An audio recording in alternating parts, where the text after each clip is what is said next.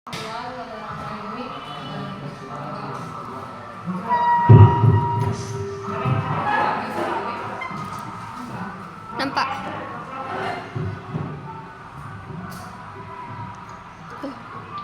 Assalamualaikum warahmatullahi wabarakatuh. Alhamdulillahilladzi hadana li hadza wa ma kunna linahtadiya laula an hadanallah. Asyhadu an la ilaha illallah wa asyhadu anna Muhammadan abduhu wa rasuluh la nabiyya ba'da amma ba'du. Pertama-tama marilah kita panjatkan puji syukur atas kehadiran Allah Subhanahu wa taala yang mana berkat limpahan rahmat dan karunia-Nya kita dapat bersama-sama berkumpul di sini dalam acara diseminasi budaya positif di SMP Negeri 4 Lubuk Basung oleh Ibu Dina Riza SPDI sebagai calon guru penggerak angkatan 11. Salawat beserta salam tidak lupa kita irimkan kepada Nabi besar kita, yaitu Nabi Muhammad SAW, yang mana beliau telah membawa kita dari zaman jahiliyah kepada zaman yang berilmu pengetahuan seperti yang kita rasakan pada saat sekarang ini. Baiklah, tanpa memperpanjang mukadimah, adapun susunan acara kita, yang pertama yaitu pembukaan oleh protokol yang sedang berlangsung. Selanjutnya yaitu sepatah kata dari Bapak Kepala Sekolah SMP Negeri 4 Lubuk Basung. Kepada Bapak, waktu dan tempat dipersilahkan.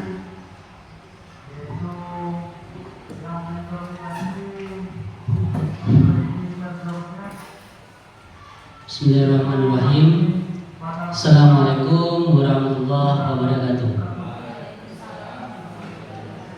Alhamdulillahirrahmanirrahim. Assalatu wassalamu ala asyrafil anbiya wal mursalin wa ala alihi wa sahbihi rasulillah ajmain. Asyhadu an la ilaha illallah wa asyhadu anna Muhammadan abduhu wa rasuluhu nabiyya ba'da.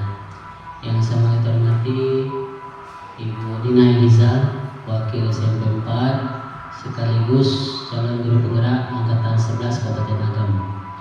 Yang sama-sama kita hormati Bapak Ibu guru SMP 4 Basung yang berbahagia pada siang hari ini. Bapak dan Ibu yang berbahagia dan dirahmati Allah, pada siang hari ini kita berkumpul di ruangan ini dalam rangka melaksanakan kegiatan aksi nyata diseminasi budaya positif oleh Ibu Dina Eliza, calon guru penggerak dari SMP Negeri 4 Basung. Kepada Ibu, kegiatan ini sangat penting untuk kita semua, untuk warga SMP Negeri 4 Basung. Karena budaya positif ini sangat penting kita laksanakan di SMP Negeri 4 Basung. Ini terkait ya dengan program dari kurikulum merdeka, kurikulum nasional ya yang kita laksanakan dan menjadi materi pada guru penggerak kita yaitu Bu Dina Eliza di SMP Negeri 4 Basung. Jadi Bapak dan Ibu, karena begitu pentingnya budaya positif ini untuk kita semua, dimohon kepada Bapak dan Ibu semuanya untuk melaksanakan kegiatan kita ini dengan serius, fokus, dan nanti diharapkan kepada Bapak dan Ibu banyak bertanya bagi yang kurang paham dan tidak mengerti, untuk bagaimana perkembangan peserta didik kita ini ke arah yang positif ke depannya. Itu saja dari kami sebagai kata pengantar. Terlebih dan terkurang mohon maaf. Bila taufiq wal hidayah. Assalamualaikum warahmatullahi wabarakatuh.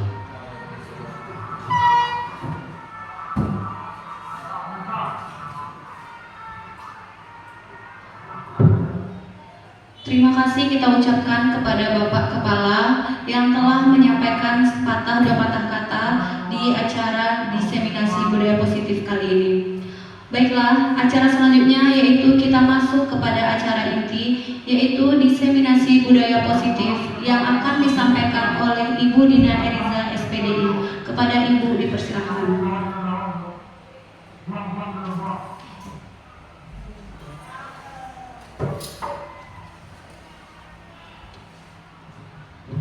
Assalamualaikum warahmatullahi wabarakatuh. Alhamdulillahilladzi nahmaduhu wa nasta'inuhu wa nastaghfiruhu wa na'udzu billahi min syururi anfusina may yahdihillahu fala mudilla lahu wa may yudlilhu fala hadiya lahu. Asyhadu an la ilaha illallah wa asyhadu anna Muhammadan abduhu wa rasuluh la nabiyya ba'da amma ba'du. Yang terhormat Bapak Kepala SMP Negeri 4 Lubuk Basung, yang sama-sama kami hormati Bapak Ibu Majelis Guru SMP Negeri 4 Lubuk Basung yang berkesempatan hadir di siang hari ini.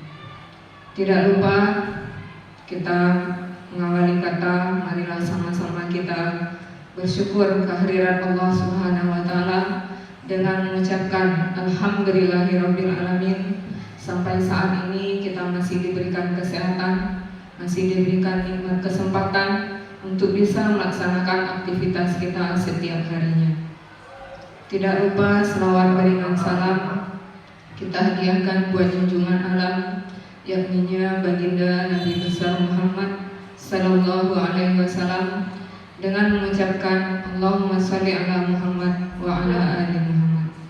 Karena berkat perjuangan beliaulah kita sampai kepada alam yang penuh dengan ilmu pengetahuan, penuh dengan kecanggihan teknologi seperti apa yang kita rasakan pada saat sekarang ini. Baiklah Bapak Ibu, pertama kami mengucapkan terima kasih yang sebesar-besarnya kepada Bapak Kepala Sekolah, kepada Bapak Ibu Majelis Guru yang memberikan kesempatan, menyediakan waktu untuk kami untuk bisa melaksanakan diseminasi budaya positif di SMP Negeri 4 Lubuk Basung ini di siang hari yang berbahagia ini. Bapak Ibu, kegiatan ini merupakan satu bentuk aksi nyata atau penerapan di sekolah kita budaya positif di SMP Negeri 4 Lubuk Basung. Nah, jadi apa yang dikatakan budaya positif, apa saja bentuknya, nanti kita akan jabarkan. Baiklah Bapak Ibu, sebelum kita lanjut ke kegiatan berikutnya, mari sejenak kita merefreshing pemikiran kita dengan kegiatan yang menyenangkan. Itu akan ada manfaatnya. Kita akan melakukan senam otak. Mari Bapak Ibu kita berdiri bersama-sama menirukan gerakan senam otak, karena kegiatan ini, senam otak ini mampu meningkatkan daya ingat kita dan konsentrasi, meningkatkan refleks dan koordinasi otak tubuh, kemudian meningkatkan kemampuan belajar, menyeimbangkan tubuh dan pikiran, kemudian menyeimbangkan otak kiri dan otak kanan, kemudian mampu mencegah penyakit lupa.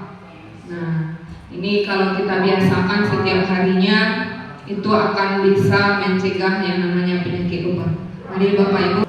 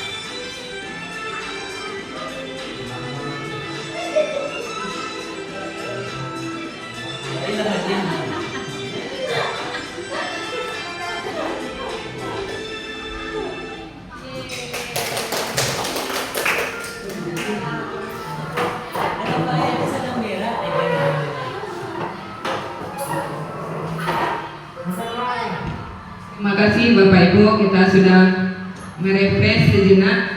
Ini memang perlu latihan. Kalau kita terbiasa, memang daya kita kuat. Saya sudah cobakan. Kemudian yang pelupa tadi memang nggak sedikit dikurangi. Kemudian Bapak Ibu, baiklah kita lanjut. Kegiatan ini seperti yang disampaikan oleh Bapak Kepala Sekolah tadi merupakan program penggerak. Nah, kami yang mengikuti rangkaian pendidikan program guru penggerak angkatan 11. Jadi sesuai dengan salam dari guru penggerak, tergerak, bergerak, dan menggerakkan. Jadi kami sudah mulai tergerak untuk mengikuti pendidikan untuk perubahan pendidikan yang lebih baik. Kemudian kami juga bergerak dalam pendidikan ini untuk mempersiapkan diri, menggerakkan komunitas sekolah kita supaya bisa menciptakan pendidikan yang maju yang berpusat kepada peserta didik. Nah, jadi Bapak Ibu, salam guru penggerak itu tergerak, bergerak, menggerakkan. Baiklah Bapak Ibu, apa yang dikatakan budaya positif? Budaya positif merupakan kebiasaan yang positif yang dilakukan di sekolah kita, yang tentunya untuk memberikan kesempatan kepada peserta didik kita atau anak-anak didik kita untuk merdeka dalam belajar.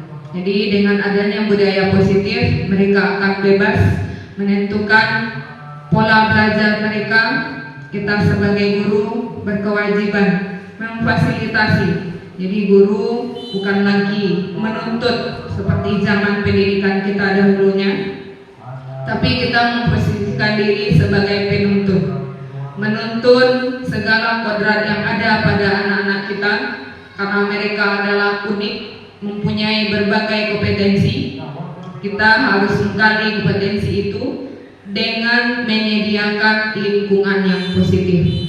Jadi pada budaya positif ini kita akan lihat bagaimana perubahan paradigma belajar itu. Kemudian bagaimana disiplin positif dan nilai kebajikan universal. Kemudian kita akan lihat teori motivasi, hukuman dan penghargaan, dan terakhir restitusi. Kemudian yang keempat mengenai keyakinan kelas. Yang kelima kebutuhan dasar manusia. Yang keenam restitusi, yaitu 5 posisi kontrol.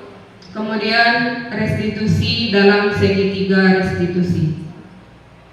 Baiklah Bapak Ibu, kita lihat pembelajaran dengan paradigma baru seperti yang disampaikan tadi. pendidikan zaman sekarang di paradigma baru tidak sama dengan pendidikan kita di masa sekolah dulu, yang mana kita merasakan adanya tuntutan, kita dituntut oleh guru untuk bisa menguasai apa yang diberikan, di transfer knowledge. Namun sekarang pada pembelajaran dengan paradigma baru ini, kita merubah mindset kita. Guru adalah fasilitator yang menuntun peserta didik kita mencapai kebahagiaannya sesuai dengan kodratnya. Nah, jadi sesuai dengan filosofi Bapak Ki Hajar Dewantara, bahwasanya kita sebagai guru itu sebagai seorang petani, diibaratkan sebagai seorang petani yang menanam bibit jagung, kemudian memelihara sampai menghasilkan. Nah, jadi kita diibaratkan sebagai petani, peserta didik kita sebagai bibitnya. Kita sebagai petani yang menentukan bagaimana kondisi tanah yang baik, bagaimana pengaturan cuaca yang baik, kemudian bagaimana memelihara baik dalam pupuk maupun dalam pengairannya. Nah, kita yang bertugas untuk menghasilkan tanaman yang baik. Jadi walaupun bibitnya kurang bagus, jika ditanam pada tanah yang bagus, maka dia akan tumbuh menjadi tumbuhan yang bagus. Nah, jadi sesuai dengan filosofi itu, kita sebagai guru harus merubah mindset kita, bahwasanya kita bertugas menuntun, bukan menuntut. Nah, jadi Bapak Ibu, untuk menuntun peserta didik dalam pembelajaran dengan paradigma baru itu bisa dengan pembelajaran berdiferensiasi. Nah, yang mana pembelajaran berdiferensiasi ini peserta didik bisa belajar sesuai dengan kebutuhannya, sesuai dengan potensi yang ada. Karena kita sebagai guru menyediakan bentuk strategi belajar yang sesuai dengan minat dan bakat peserta didik kita. Nah, jadi diferensiasi itu ada 3, ada diferensiasi produk, ada diferensiasi proses, kemudian ada diferensiasi konten, dan terakhir ada kita menyediakan lingkungan belajar yang kondusif. Nah, itulah tugas kita sebagai pendidik untuk memerdekakan peserta didik kita belajar sesuai dengan minat dan bakatnya. Karena berdasarkan teori stimulus respon yang biasanya kita pahami, kita harus berubah ke pendekatan teori kontrol, di mana realita bahwasanya anak-anak kita mempunyai kebutuhan yang sama, itu pada stimulus respon. Sementara pada teori kontrol, peserta didik itu mempunyai kebutuhan yang berbeda. Nah, jadi masing-masing anak-anak kita itu mempunyai kebutuhan yang berbeda. Kemudian pada stimulus respon, semua orang itu melihat hal itu sama, berpandangan sama. Sementara pada teori kontrol, setiap orang itu memiliki gambaran yang berbeda. Nah, itu tadi bahwasanya peserta didik kita itu adalah unik. Kita harus mampu menggali minat dan bakatnya supaya bisa belajar sesuai dengan kodrat alam dan kodrat zamannya. Nah, jadi kita harus bisa menjadikan peserta didik kita berkembang sesuai dengan profil pelajar Pancasila yang kita inginkan. Nah, jadi itu pembelajaran dengan paradigma baru, Bapak Ibu. Kita harus bisa menjadikan peserta didik kita sebagai peserta didik yang beriman, bertakwa kepada Tuhan Yang Maha Esa, dan berakhlak mulia. Kemudian berkebinekaan global, mampu bergotong royong di masyarakatnya, kemudian mandiri, bernalar kritis dan kreatif. Nah, itu harapan kita supaya terwujudnya pendidikan yang maju. Berikutnya kita lihat apa yang disiplin positif itu. Biasanya Bapak Ibu kalau mendengar kata disiplin, kita menggambarkan bahwasanya sikap mental yang mendorong seseorang untuk mematuhi peraturan. Nah, jadi kalau disiplin itu berkaitan dengan peraturan, atau norma yang berlaku baik secara internal maupun eksternal. Itu kata-kata disiplin. Kemudian disiplin itu sering diidentikan dengan atau dihubungkan dengan hukuman. Nah, jadi disiplin di sini yang berkaitan dengan hukuman ini identik dengan motivasi eksternal, motivasi dari luar. Nah, jadi tata tertib itu adalah motivasi eksternal. Kemudian yang kita harapkan di sini adalah disiplin positif, di mana disiplin positif itu merupakan salah satu cara penerapan disiplin yang bertujuan untuk menumbuhkan kesadaran serta memberdayakan peserta didik tanpa imbalan dan penghargaan, ancaman atau hukuman. Nah, jadi muncul kesadaran dari dalam diri peserta didik kita. Itu yang dikatakan disiplin positif, tanpa adanya reward, ancaman atau hukuman.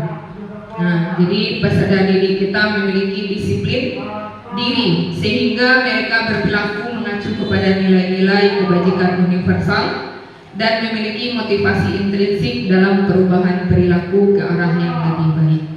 Nah, jadi ketika kesadaran dirinya muncul, dia akan menerapkan nilai-nilai kebajikan universal. Nah, itu yang dikatakan disiplin positif.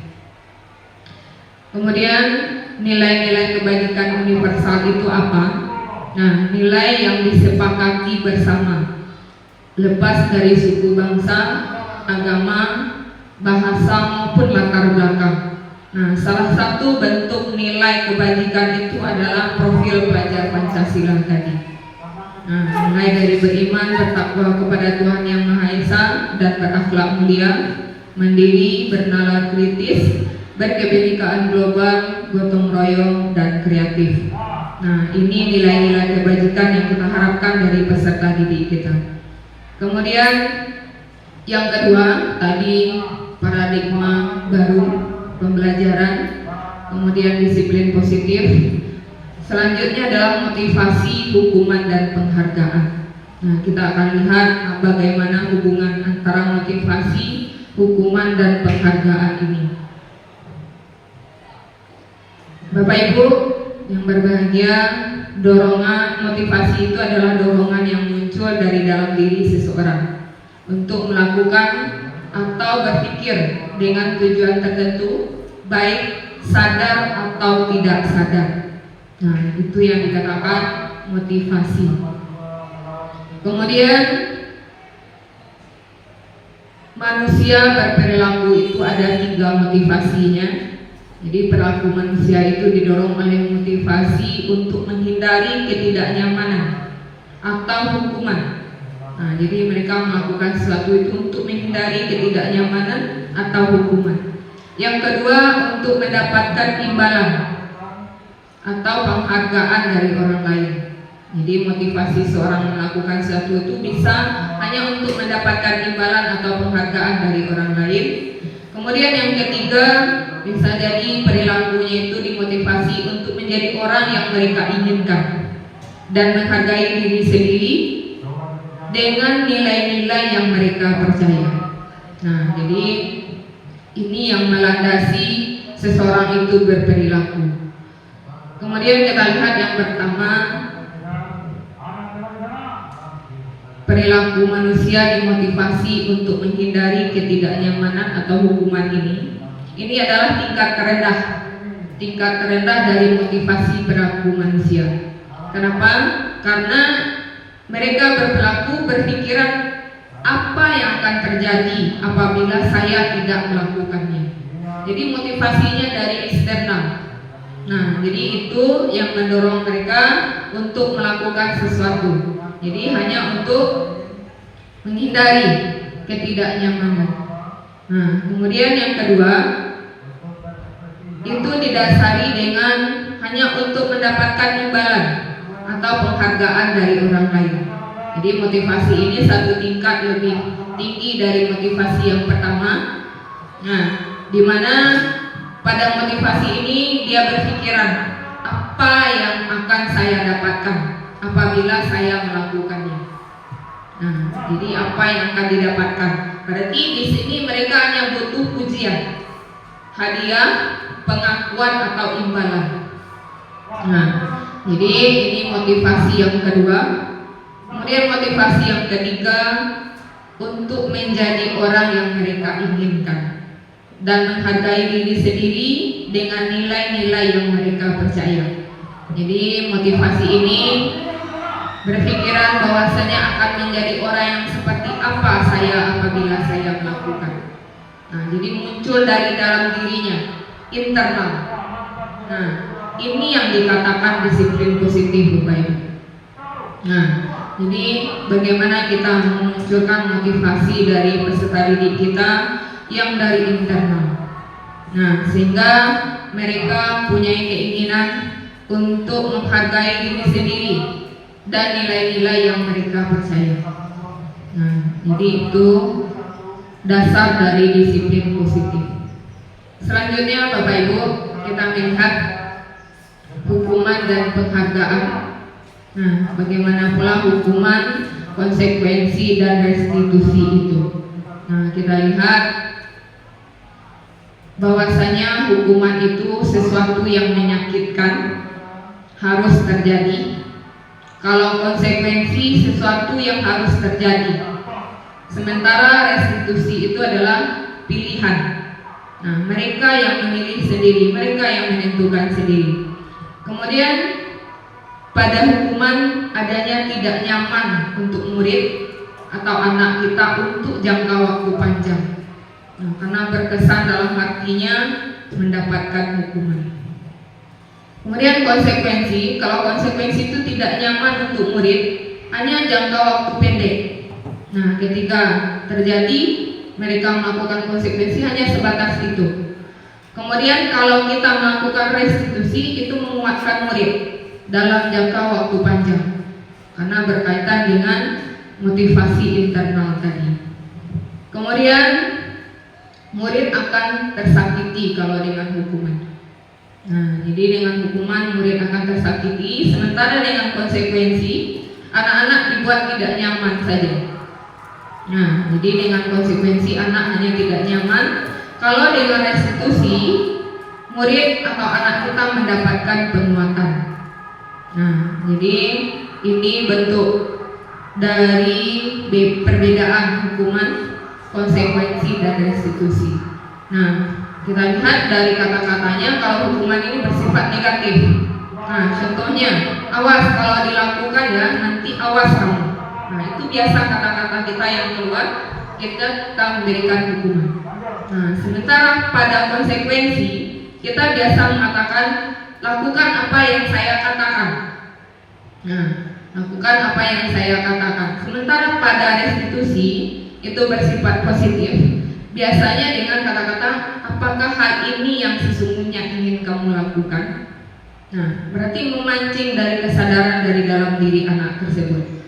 Nah, jadi untuk hukuman, guru menjalani konsekuensi dengan menyalahkan, mengkritik, kemudian menyindir, merendahkan. Itu dengan hukuman. Kalau dengan konsekuensi, itu guru menyatakan peraturan. Kita sebutkan apa peraturan yang dilanggar. Kemudian kita melakukan peringatan kepada anak kita. Kemudian menerapkan konsekuensi. Nah, dari kesalahannya apa konsekuensi yang harus dilakukannya. Nah, itu pada konsekuensi. Sementara pada disiplin positif, yaitu restitusi, guru itu menguatkan peserta didik. Nah, menyebutkan keyakinan kelas, membimbing kerangka acuan belajar dari restitusi. Nah, jadi itu perbedaan antara hukuman, konsekuensi dan restitusi. Nah, Bapak Ibu, kita akan melihat secara jelas hukuman itu tidak terencana atau tiba-tiba. Nah, ketika suatu hal terjadi. Sementara pada konsekuensi itu disepakati sesuai dengan peraturan. Nah, jadi ini yang konsekuensi disepakati. Sementara pada restitusi, proses menciptakan kondisi bagi murid untuk memperbaiki kesalahan. Nah, jadi kita berikan kesempatan untuk memperbaiki kesalahan itu muncul dari dalam dirinya.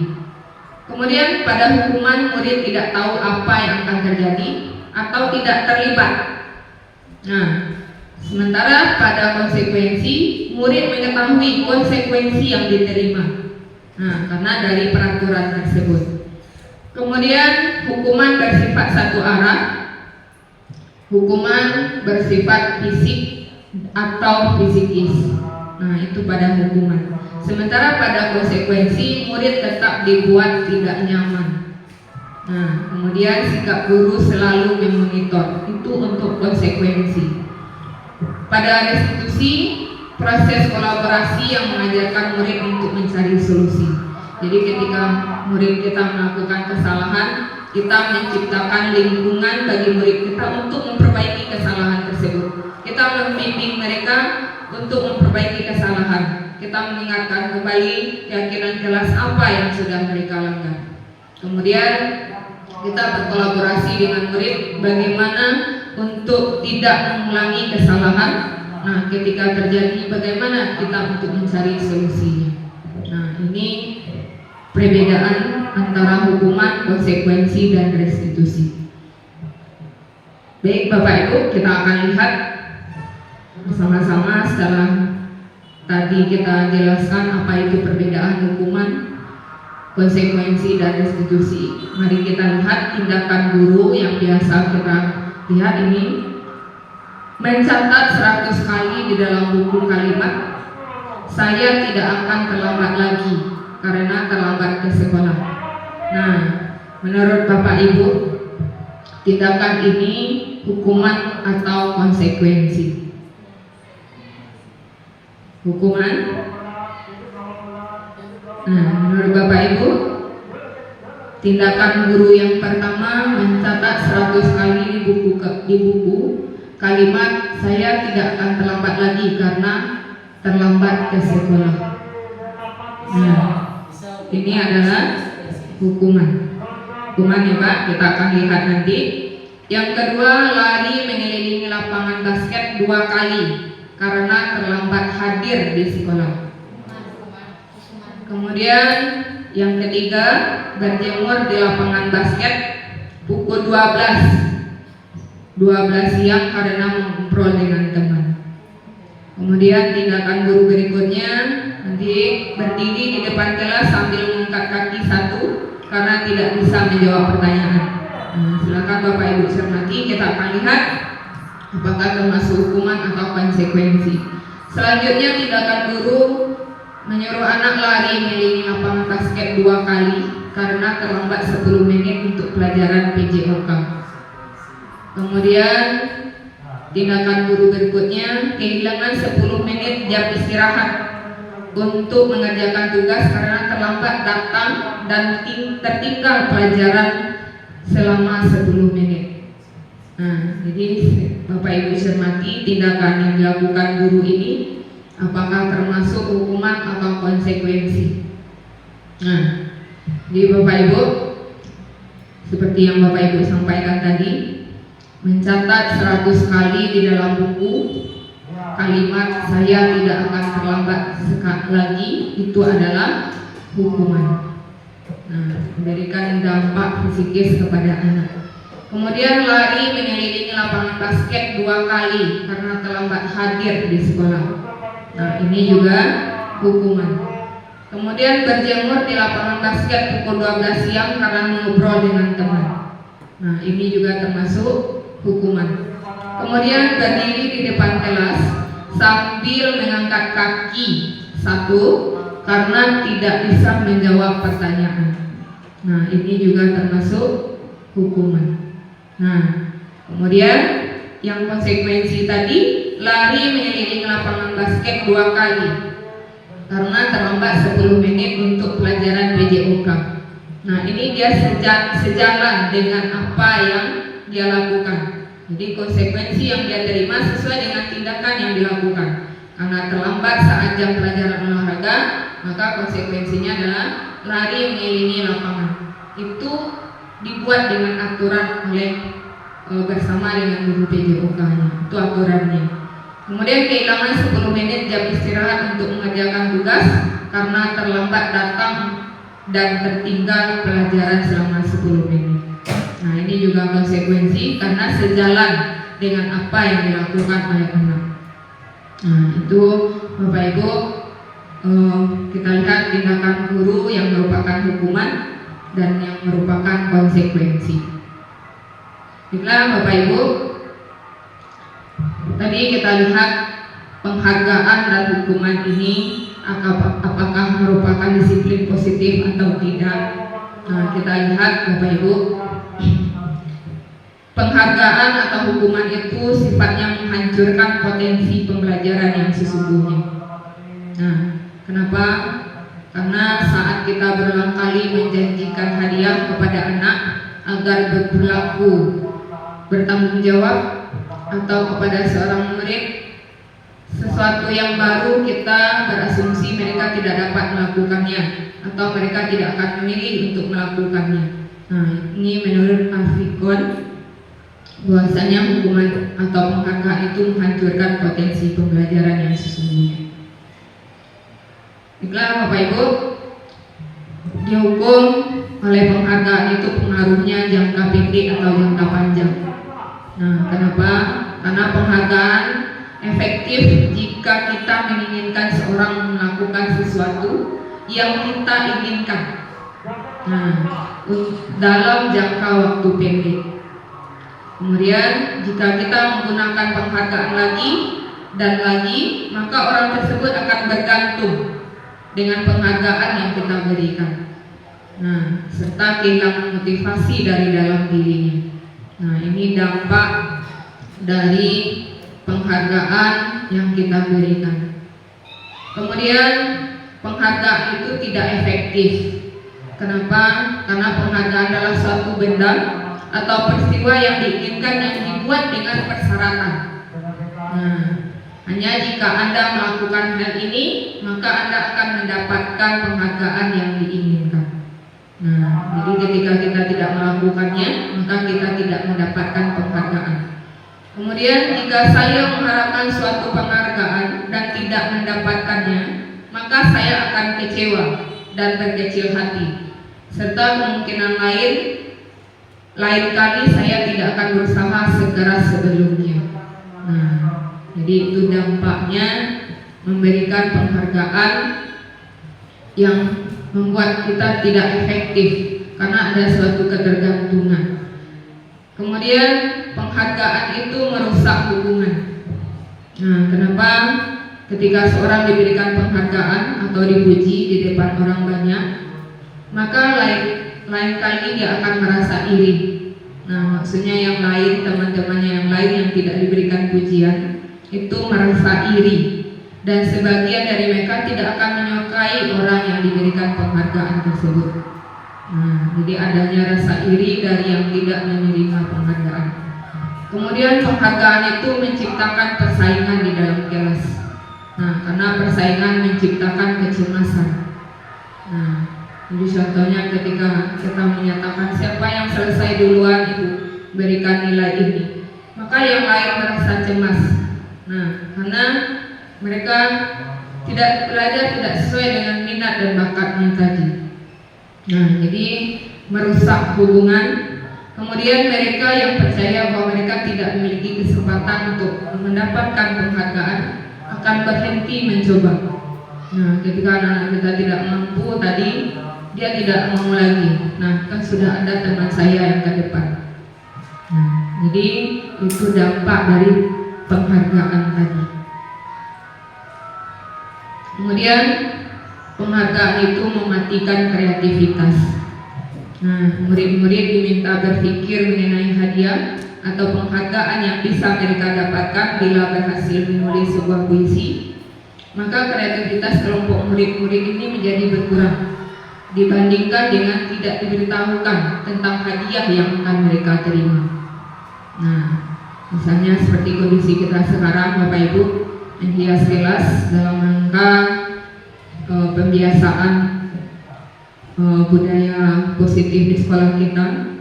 Ketika kita beritahu kepada anak-anak kita bahwasanya hadiahnya hanya alat kebersihan, nah mereka akan berkurang semangatnya untuk melakukan itu karena mereka merasa tidak sebanding dengan apa yang mereka keluarkan.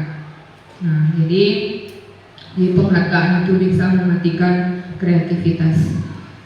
Selanjutnya, penghargaan itu menghukum. Nah, ini Bapak Ibu, kenapa penghargaan itu menghukum? Karena mereka yang tidak mendapatkan penghargaan, misalnya dalam sistem ranking, nah, mereka yang mendapatkan ranking kedua akan merasa paling dihukum. Nah, karena kenapa saya bisa ranking 2? Saya merasa saya sudah berusaha. Nah, kemudian dengan penghargaan, dengan menghukum, memberikan hal yang sama. Jadi memberikan penghargaan dan hukuman adalah hal yang sama, karena keduanya mencoba menyendirikan perilaku seseorang. Nah, jadi baik penghargaan maupun hukuman itu sama, karena keduanya mencoba mengendalikan perilaku seseorang. Kemudian penghargaan itu menghukum karena orang pada dasarnya tidak suka dikendalikan. Dalam jangka waktu lama, penghargaan akan terlihat sebagai hukuman. Kemudian penghargaan menghukum jika suatu penghargaan diharapkan namun tidak mendapatkannya. Nah, ketika tidak mendapatkannya, kita akan merasa dihukum. Nah, jadi itulah dampak dari penghargaan. Efeknya apa? Kita sudah lihat bersama. Karena bersifat motivasi eksternal, hanya dari luar diri saja. Nah, beda dengan motivasi yang muncul dari dalam diri. Contoh kita lihat di sini permasalahannya seorang anak yang pertama kali belajar untuk membaca, menggabungkan huruf-huruf dan kata-kata, serta menyadari bahwa ia dapat membaca. Nah, baru menggabungkan huruf dan kata-kata, dia sadar bahwa dia dapat membaca. Maka timbul pijar di matanya dan sebuah senyuman di wajahnya. Nah, anak tersebut begitu gembira bahwasanya ia telah mempelajari dan menguasai suatu keterampilan. Nah, keterampilan yang baru ia kuasai.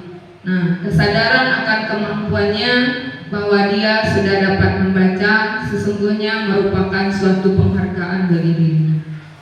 Nah, sebaliknya Bapak Ibu, jika kita memberikan penghargaan kepada anak tersebut ketika dia sedang merasa bangga dengan pencapaiannya, maka kita mengambil kegembiraan itu Bapak Ibu yang sedang mereka rasakan secara alamiah. Nah, dampak dari penghargaan atau beda Bapak Ibu.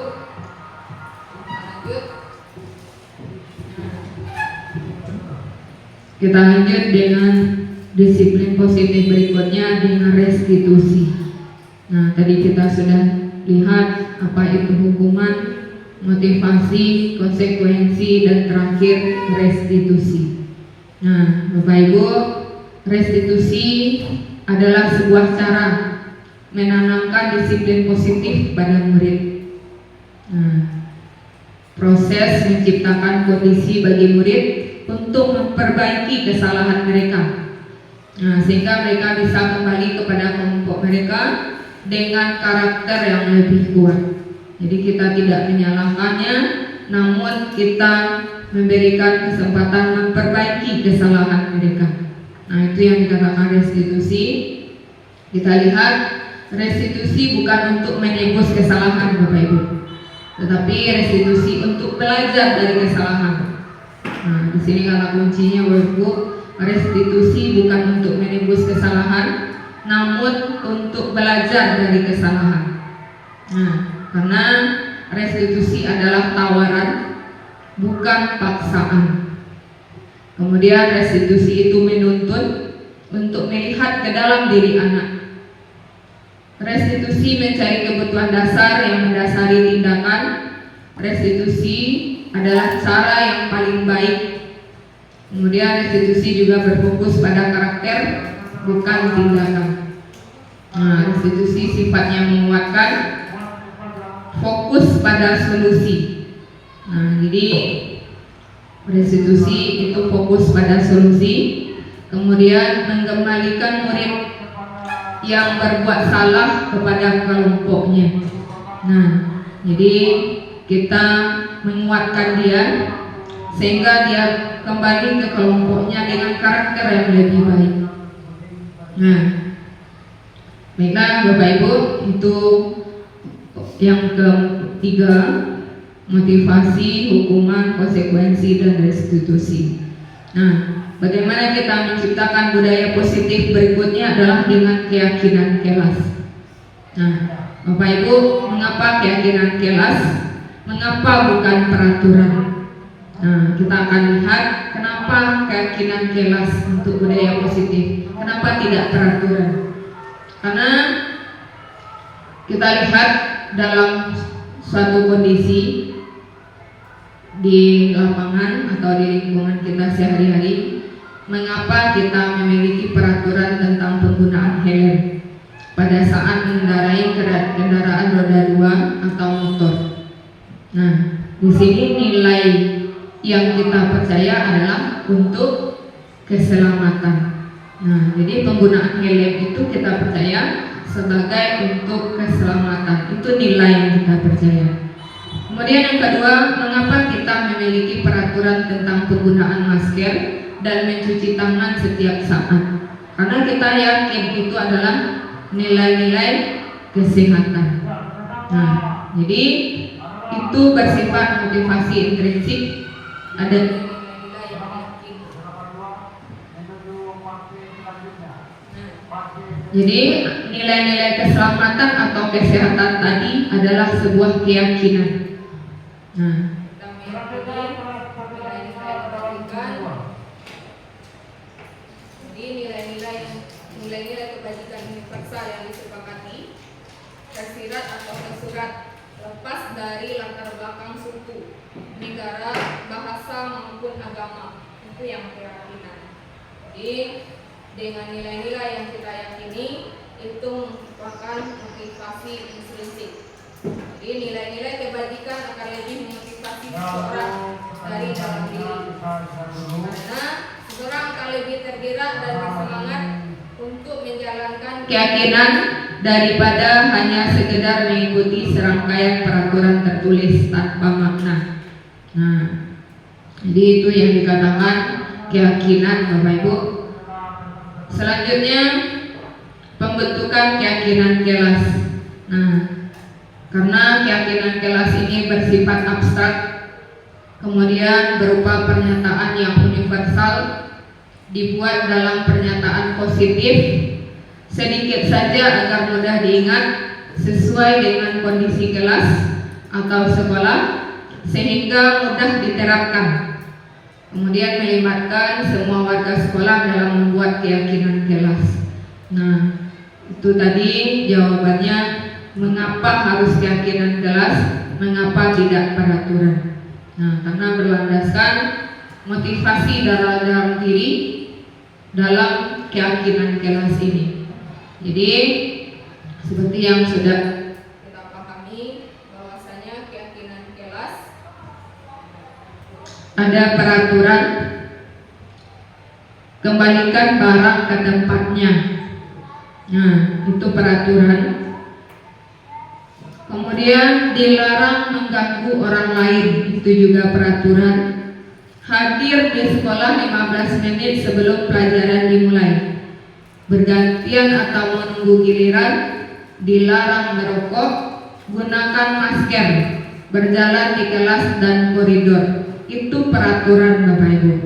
Namun untuk keyakinan kelas yang kita buat, nilai kebajikan yang kita tuju, kembalikan barang ke tempatnya, itu merupakan nilai tanggung jawab. Nah, jadi ini keyakinan kelasnya. Jadi untuk kembalikan barang ke tempatnya, nilai yang dituju itu adalah tanggung jawab. Kemudian hadir di sekolah 15 menit sebelum pembelajaran dimulai. Nah, itu adalah komitmen. Nah, komitmen dari dalam dirinya itu nilai yang kita tuju. Kemudian dilarang mengganggu orang lain. Nah, nilai yang kita tuju di sini adalah saling menghormati. Itu keyakinannya. Kemudian bergantian atau menunggu giliran. Nah, itu peraturannya. Keyakinan kelasnya adalah menghormati orang lain. Nah, jadi itu yang kita tuju nilainya. Kemudian dilarang merokok. Nilai yang kita tuju itu adalah kesehatan dan keamanan. Kemudian menghormati orang lain. Nah, ini nilai-nilai kebajikan yang kita tuju. Kemudian berjalan di kelas dan koridor. Nilai yang dituju di sini adalah keamanan dan keselamatan. Nah, itu dia yang keyakinan kelas Bapak Ibu, bedanya dengan peraturan. Nah, apa saja langkah dalam membuat keyakinan kelas? Ini seperti yang saya lakukan pada kelas 93. Keyakinan kelas ini bukan hanya dilakukan oleh wali kelas saja Bapak Ibu, bukan hanya untuk wali kelas saja, tapi kita yang tidak wali kelas juga perlu membuat keyakinan kelas yang namanya kesepakatan kelas itu. Kesepakatan belajar itu sama. Sebelum pembelajaran dimulai, kita buat kesepakatan kelas kita. Nah, itu merupakan keyakinan kelas. Nah, jadi langkah dalam membuat keyakinan kelas itu Bapak Ibu, yang pertama kita mempersilahkan murid-murid mengisi pendapat tentang aturan yang perlu disepakati di kelas. Bisa Bapak Ibu lakukan nanti dengan mengisi di kertas stick note itu.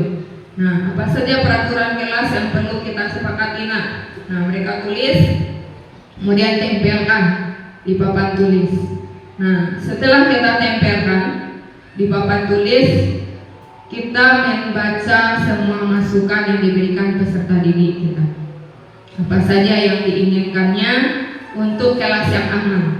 Nah, kemudian setelah kita perhatikan apa yang masukan yang diberikan, kemudian kita mengganti kalimat negatif yang diberikan menjadi kalimat positif.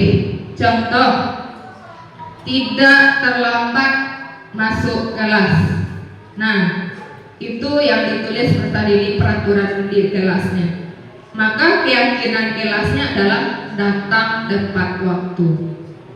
Nah, jadi itu contoh kita mengubah peraturan menjadi keyakinan kelas. Nah, kemudian tidak tidur di dalam kelas. Nah, itu bisa kita buat keyakinannya adalah bertanggung jawab.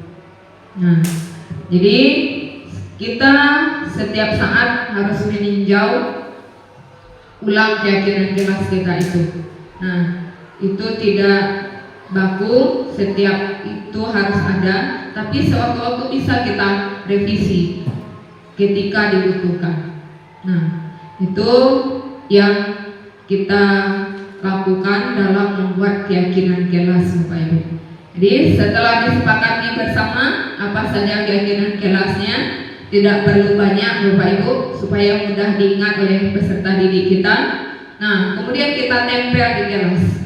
Nah, untuk mengingatkan mereka setiap saatnya. Nah, jadi itu langkah-langkah dalam membuat keyakinan kelas. Nah, selanjutnya yang perlu kita pahami dalam disiplin positif Bapak Ibu adalah kebutuhan dasar manusia. Nah, apa kebutuhan dasar manusia sehingga mereka berperilaku untuk memenuhi kebutuhan dasar tersebut? Nah, kebutuhan dasar kita itu ada 5.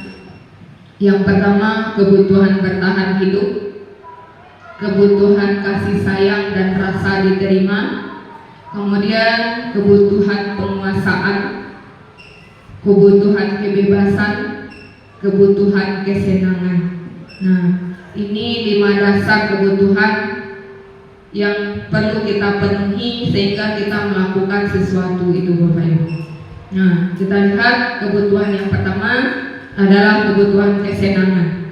Kebutuhan akan kesenangan adalah kebutuhan untuk mencari kesenangan, bermain, kemudian tertawa. Nah, bayangkan hidup kita tanpa adanya kenikmatan apapun Bapak Ibu tentu tidak nyaman. Betapa menyedihkan. Nah, kemudian seorang ilmuwan Gleiser menghubungkan antara kebutuhan dan kesenangan dalam belajar. Nah, jadi kebutuhan akan kesenangan dengan belajar. Kemudian yang kedua, kebutuhan kebebasan. Nah, kebutuhan untuk bebas adalah kebutuhan akan kemandirian, otonomi, memiliki pilihan dan mampu mengendalikan arah hidup anak.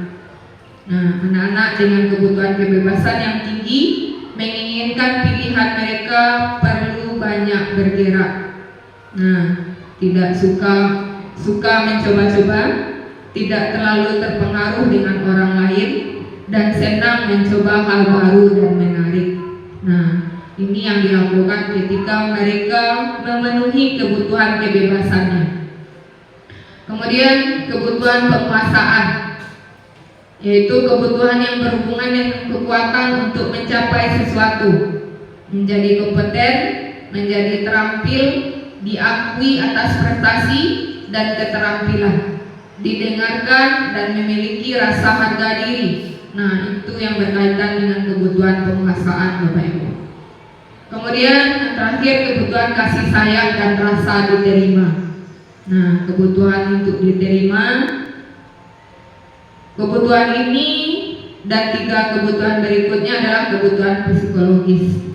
Nah, kebutuhan untuk disayangi dan diterima meliputi kebutuhan akan hubungan dan koneksi sosial, kebutuhan untuk memberi dan menerima kasih sayang, dan kebutuhan untuk merasa menjadi bagian dari suatu kelompok. Kemudian terakhir kebutuhan bertahan hidup, kebutuhan survival adalah kebutuhan yang bersifat fisiologis untuk bertahan hidup, misalnya kesehatan, rumah, dan makanan. Nah, jadi ketika seseorang melakukan suatu perbuatan yang bertentangan dengan nilai-nilai kebajikan atau melanggar peraturan, itu sebenarnya dikarenakan mereka gagal dalam memenuhi kebutuhan dasar mereka. Nah, jadi Bapak Ibu, ketika anak-anak kita melakukan suatu pelanggaran, itu karena dia ingin memenuhi kebutuhan dasarnya. Nah, jadi Bapak Ibu, kita sama-sama perlu mengetahui untuk kebutuhan dasar mana anak-anak kita yang belum terpenuhi. Bisa Bapak Ibu lakukan dengan mengisi kuesioner nantinya.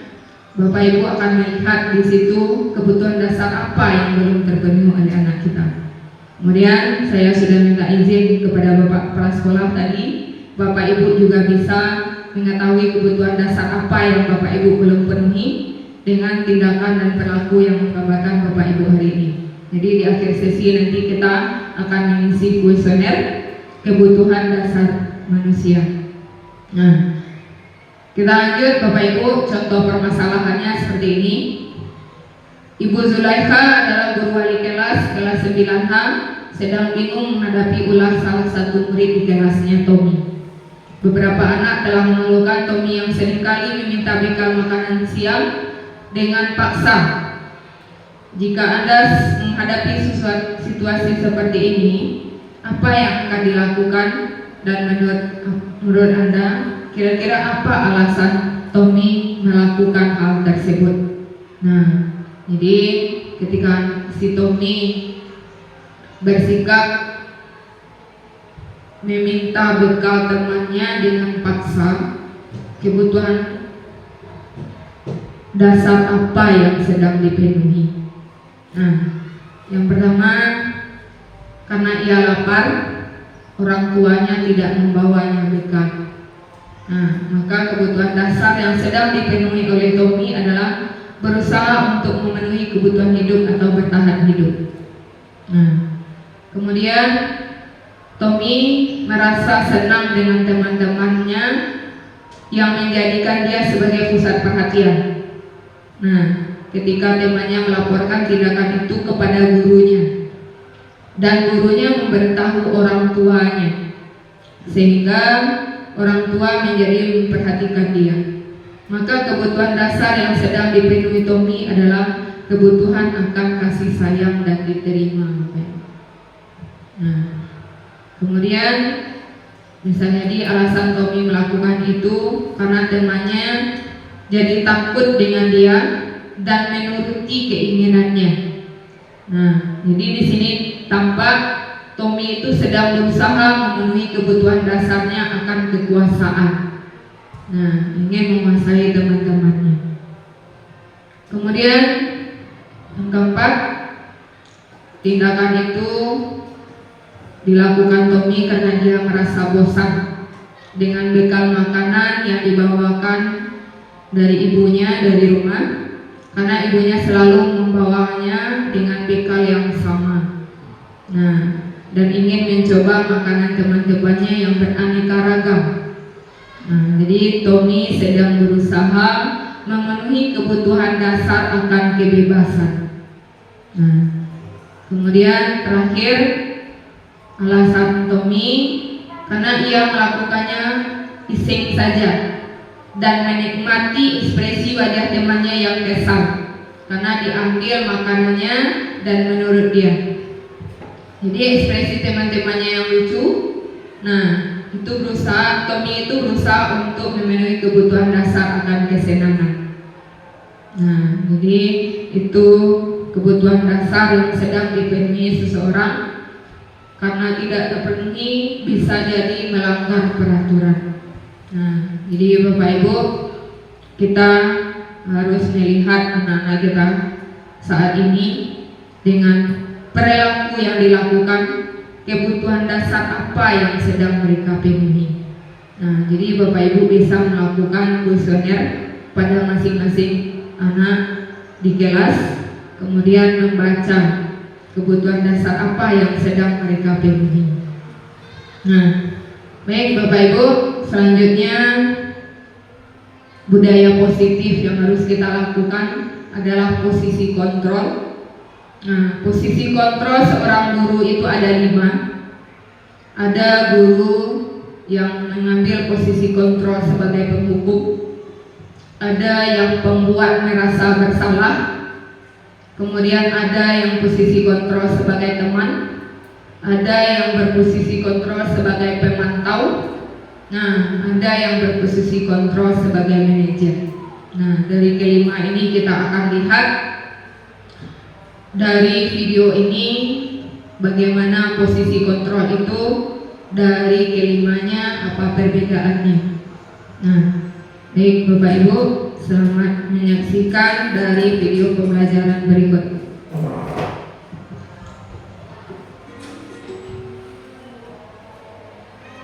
Salam bahagia Ibu dan Bapak Guru hebat dalam penerapan disiplin positif restitusi. Salah satu program yang dikembangkan adalah 5 posisi kontrol. 5 posisi kontrol dalam restitusi adalah proses perjalanan seorang pendidik agar dapat mengenali dirinya. Pada video kali ini, kita akan membahas tentang 5 posisi kontrol yang dikembangkan oleh Diane Bosel dan contoh penerapannya.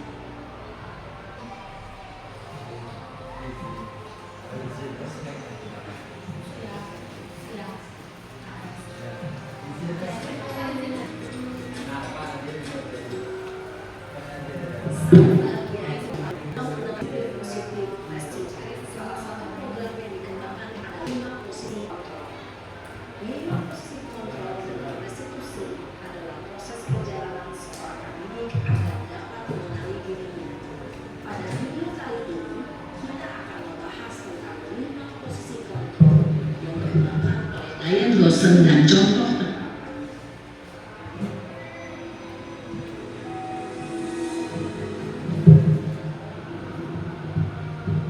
posisi kontrol itu adalah 1. Posisi penghukum, 2. posisi pembuat merasa bersalah. 3. Posisi teman. 4. Posisi pemantau atau monitor. Dan 5. Posisi manajer.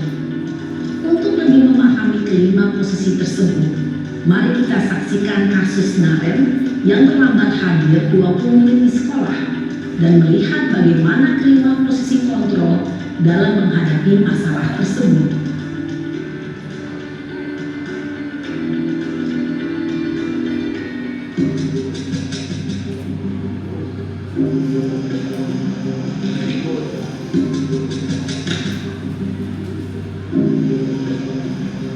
Naren! Sini kamu! Selamat pagi, Bu. Selalu terlambat. Kamu deh, pasti terlambat. Maaf, Bu. Saya Apa? Apa coba? Alasan kamu apa lagi? Kapan sih kamu tidak terlambat? Malas sekali ya kamu jadi anak. saya Dasar pemalas. Gak kapok-kapok sih kamu. Sudah berapa kali terlambat? Sana, kamu keliling lapangan basket 2 kali. kenapa saya harus ke lapangan basket, Bu? Kenapa? Kamu melawan ibu. Berani-beraninya jawab. Sudah terlambat, masih berani jawab pula. Sekarang, keliling lapangan basket 5 kali sekalian. Biar kapok. Cepat. Pergi sana ke lapangan basket. Posisi penghukum biasanya berbicara dengan nada tinggi, menghardik, menunjuk-nunjuk, menyakiti, dan menyindir. Hukuman bisa berupa fisik maupun psikis. Ibu dan bapak guru hebat. Dampak yang terjadi pada murid ketika guru berada pada posisi penghukum adalah murid cenderung akan memberontak, bahkan menyimpan dendam.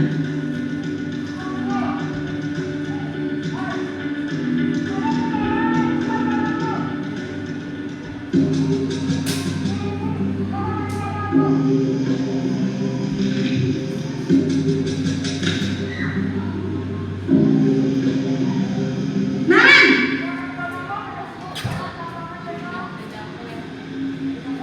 Selamat pagi, Bu. Naren. Kamu kenapa terlambat lagi, nak? Ya Tuhan, Naren. Kamu senang ya bikin ibu susah ya? Kalau kamu terlambat lagi, nanti ibu yang ditegur bapak kepala sekolah, nak. Disangka ibu tidak bisa membina kamu. Duh, gimana ini? Maaf, Bu. Duh, Gusti Naren. Kamu suka ya kalau ibu ditegur bapak kepala sekolah? Terus, sekarang ibu harus tulis apa ini di buku absen? Ini kamu sudah sering terlambat loh. Ibu harus apa coba? Maaf, Bu. Maaf sekali. Ya sudah, lain kali jangan bikin ibu susah lagi ya nak ya. Ibu tidak akan kuat lagi kalau kamu begini terus. Bisa jantungan kalau ibu ditegur bapak kepala sekolah. Sana cepat ke kelas. Maaf ya, Bu. Maaf sekali.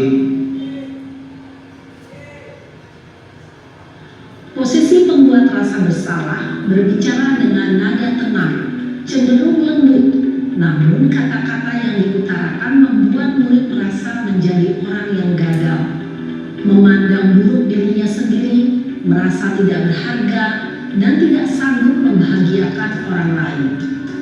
Ketika guru mengambil posisi pembuat rasa bersalah, murid akan menganggap dirinya yang bersalah dan ia akan menyimpan emosi negatif tersebut di dalam dirinya.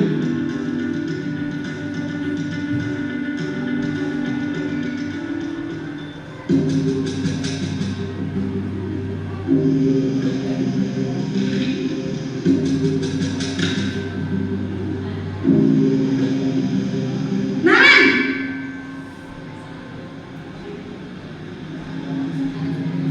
Selamat pagi, Bu. Wah, sudah jam berapa ini nak? Terlambat lagi ya sayang. Iya, Bu. Habis ibu saya lupa membangunkan saya, Bu. Kamu malah menyalahkan ibu kamu.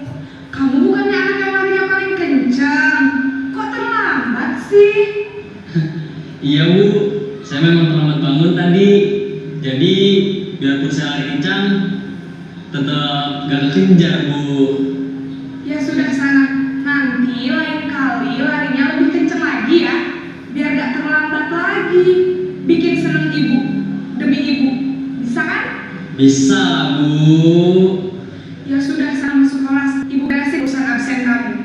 Kamu ini ada-ada saja. Dalam posisi teman, guru berbicara dengan nada suara ramah, akrab, cenderung bersenda gurau untuk menjaga suasana tetap santai. Murid akan merasa senang, aman, dan akrab dengan guru. Identitas yang tercipta adalah identitas sukses atau berhasil. Namun, perlu diingat, karena ini masih dorongan eksternal, maka ada faktor ketergantungan dari murid kepada orang tertentu. Di sini guru absennya, sehingga di lain waktu murid bisa berperilaku baik, namun hanya kepada orang-orang tertentu saja.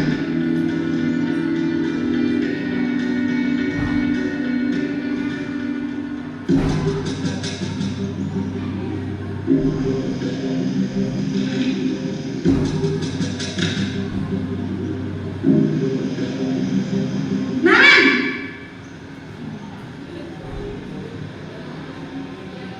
Selamat pagi Bu. Naren, apa peraturan sekolah kita tentang jam berapa kita harus masuk sekolah, nak? Kita harus di sekolah jam 7 Bu. Iya betul, sekarang sudah jam 7.20. Naren sudah tahu konsekuensinya jika terlambat hadir. Paham Bu, saya harus tinggal kelas pas jam istirahat selama 20 menit. Iya benar, konsekuensinya demikian. Jadi nanti jam 9.30 pas istirahat, kamu harus tinggal di kelas, kerjakan tugas tambahan untuk ketertinggalan kamu, ya? Baik Bu. Posisi pemantau mengandalkan penghitungan atau data untuk mengontrol murid. Guru mengarahkan murid berdasarkan peraturan dan konsekuensi. Seorang pemantau menunjukkan bahasa tubuh dan ekspresi wajah yang datar dan cenderung formal.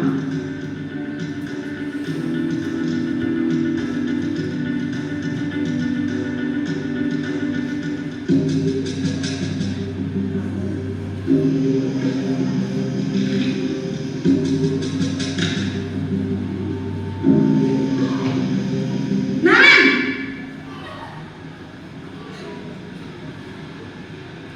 Selamat pagi Bu. Selamat pagi Naren. Maaf Bu, saya terlambat. Iya, sekolah masuknya jam 7, sekarang sudah jam 7.20. Jadi sekarang bagaimana ini Naren? Maaf Bu, saya lupa setel alarm saya semalam. Baiklah, menurut kamu, keyakinan sekolah yang mana yang perlu kamu tingkatkan? Menghargai diri sendiri dan orang lain mungkin ya Bu. Setuju. Jadi, apakah Naren meyakini prinsip saling menghormati tersebut? Iya Bu, saya meyakininya. Apakah Naren bersedia memperbaiki masalah keterlambatan ini? Bersedia Bu. Bagaimana kamu akan memperbaiki masalah keterlambatan ini? Saya akan coba untuk tidak lupa menyetel alarm saya Bu. Baik, kalau Naren lupa menyetel alarm di rumah, ada orang yang kira-kira bisa bantu mengingatkan tidak? Ada Bu, kakak saya, Kak Emma. Ada lagi selain Kak Emma? Selain Kak Emma, ada ibu saya. Baik, jadi yang mengingatkan Naren adalah Kak Emma dan ibu kamu ya?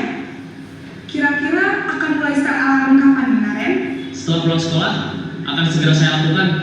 Baik, jadi Naren akan setel alarm untuk bangun besok pagi dan akan diingatkan oleh kakak dan ibunda Naren ya. Ada lagi yang mungkin perlu dilakukan Naren agar tidak terlambat bangun lagi. Tidak ada Bu.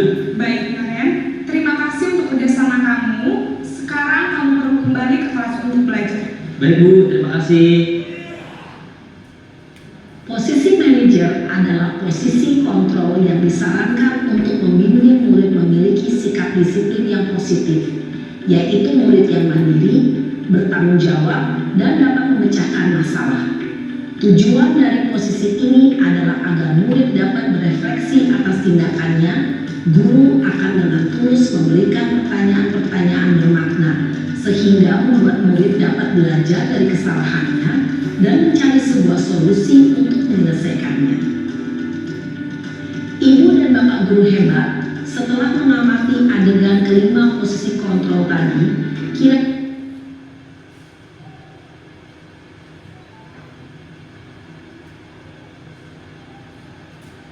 video 5 posisi kontrol seorang guru. Nah, menurut Bapak Ibu, dari kelima posisi kontrol itu, posisi mana yang sebaiknya kita lakukan sebagai seorang guru? Nah, posisi kontrol yang mana Bapak Ibu? Posisi kontrol manajer. Nah, karena kita lihat dari video yang sama tadi, bahwasanya pada posisi kontrol manajer itu menghasilkan, memberikan dampak murid yang mandiri, kemudian percaya diri dalam memecahkan masalah. Nah, disinilah peran kita untuk mengembalikan dia ke komunitasnya, dari yang bersalah tadi menjadi karakter yang lebih baik. Nah, jadi Bapak Ibu, sebagai seorang guru yang punya potensi atau posisi kontrol manajer, dalam penerapan pemecahan masalahnya menggunakan segitiga restitusi. Nah, Bapak Ibu, dari segitiga restitusi ini, itu langkahnya yang pertama adalah menstabilkan identitas. Nah, dalam menstabilkan identitas ini, guru mengubah identitas anak dari orang yang gagal karena melakukan kesalahan menjadi orang yang sukses. Kemudian kesalahan yang diperbuat merupakan proses pembelajaran. Nah, jadi itu langkah pertama, menstabilkan identitas. Selanjutnya, kalau kita ingin menjadi seorang yang efektif, maka kita harus meyakinkan anak kita dengan cara mengajukan kalimat-kalimat seperti berbuat salah itu tidak apa-apa. Nah, tidak ada manusia yang sempurna. Saya juga pernah melakukan kesalahan seperti itu. Ya, kita bisa menyelesaikan hal ini. Nah, jadi Bapak Ibu tidak tertarik mencari siapa yang salah, tetapi Bapak Ibu ingin mencari solusi dari permasalahan ini. Nah, Bapak Ibu juga bisa mengatakan kamu berhak merasa begitu. Kemudian bisa dengan kata-kata, apakah kamu sedang menjadi teman yang baik dengan dirimu sendiri. Nah, ini pada menstabilkan identitas. Selanjutnya Bapak Ibu, validasi tindakan yang salah. Nah, setiap tingkah laku yang terjadi berupaya memenuhi kebutuhan tertentu, seperti yang kita sebutkan tadi. Jadi guru akan berusaha merubah pandangannya dari awalnya stimulus respon ke cara berpikir proaktif yang mengenali tujuan menjadi tindakan. Kemudian kenali dan menerima kebutuhan murid serta memperbaiki hubungan dengan murid. Nah, ini untuk validasi tindakan yang salah. Untuk validasi tindakan yang salah, kalimat-kalimat yang bisa yang tidak asing terdengar buat guru, namun bila dikatakan dengan nada tanpa menghakimi, akan memvalidasi kebutuhan peserta didik kita. Itu bisa dengan kata-kata, padahal kamu bisa melakukan yang lebih buruk dari ini ya. Nah, kamu pasti punya alasan mengapa melakukan hal itu. Kemudian kamu patut bangga dengan diri sendiri karena kamu telah melindungi sesuatu yang penting buatmu. Kemudian bisa dengan kata-kata, kamu boleh mempertahankan sikap itu, tapi kamu harus menanamkan sikap yang baru. Nah, itu ketika kita mengikuti langkah yang ketiga, validasi tindakan yang salah. Kemudian angka berikutnya dalam segitiga restitusi yaitu menanyakan keyakinan. Nah, menanyakan keyakinan ini maksudnya mengaitkan keyakinan dengan tindakan yang salah. Kemudian murid akan ditanya tentang pertanyaan yang dapat memotivasi secara internal. Nah, untuk menanyakan keyakinan ini bisa dengan mengajukan pertanyaan berikut yang menghubungkan keyakinan anak dengan keyakinan kelas atau keluarga. Nah, jadi bisa dengan pertanyaan apa yang kita percaya sebagai kelas atau keluarga. Kemudian apa nilai-nilai umum yang kita telah sepakati. Kemudian apa bayangan kita tentang kelas yang ideal. Kemudian kamu mau jadi orang yang seperti apa. Nah, itu ketika kita menanyakan keyakinan. Nah, jadi ketiga langkah restitusi ini yang bisa kita lakukan dalam penerapan disiplin positif. Jadi anak melakukan suatu tindakan pelanggaran, tadi ada kebutuhan dasar yang sedang mereka penuhi, Bapak Ibu. Jadi kita mengembalikan mereka ke identitas suksesnya. Nah, Bapak Ibu, kita akan lihat contoh praktik segitiga restitusi.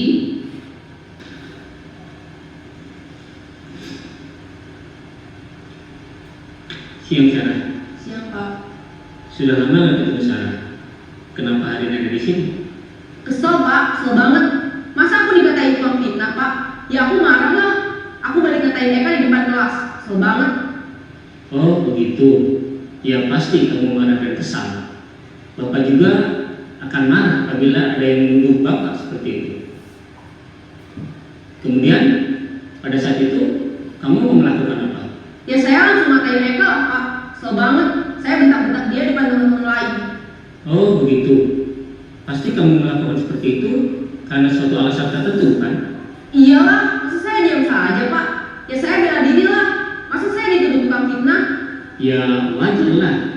Mempertahankan harga diri itu sesuatu yang penting buat kamu. Untung kamu tidak bertindak lebih gegabah lagi, hanya membentak-bentak. Iya Pak. Untung saya masih bersabar dan hanya membentak saja. Sudah gemes padahal, saya pasti bela diri lah. Ya pasti ya. Tapi kamu memilih untuk tetap bertahan dan bersabar. Kamu memilih untuk tidak berbuat lebih parah lagi kan? Iya. Nah, sekarang coba kita lihat lagi tindakan kamu yang bentak-bentak Eka di kelas. Tindakan kamu itu kira-kira sesuai dengan keyakinan kelas atau prinsip kamu tidak? Enggak lah Pak. Capek Pak jadi pemarah. Jadi keyakinan atau prinsip kamu.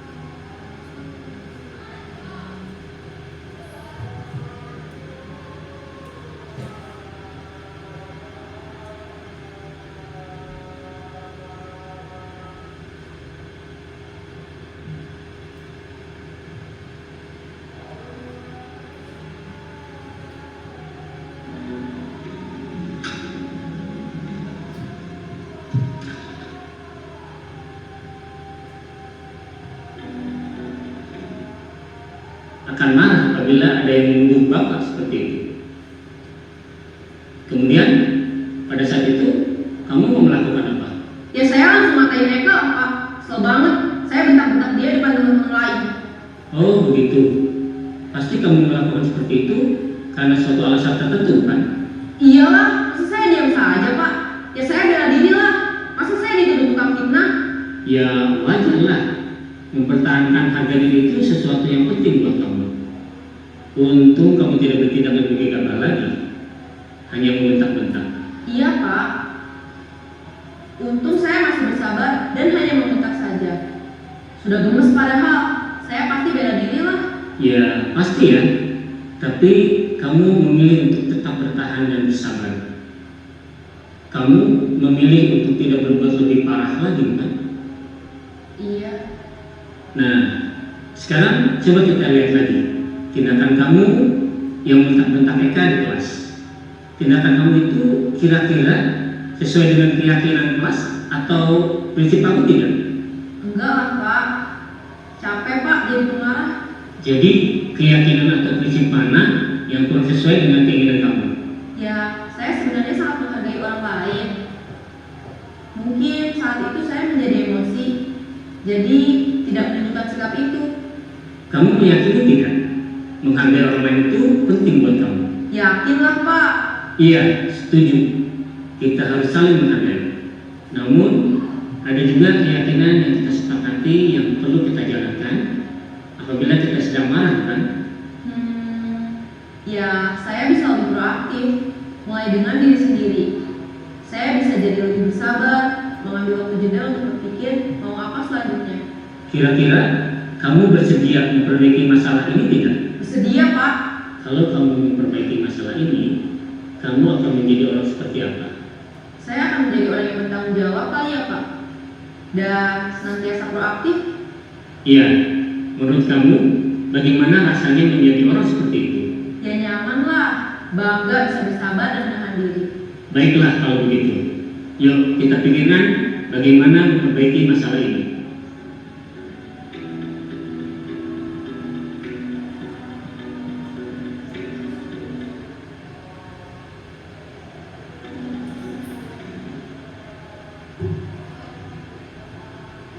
Nah, jadi itu contoh penerapan segitiga restitusi dengan posisi kontrol guru sebagai seorang manajer, Bapak Ibu.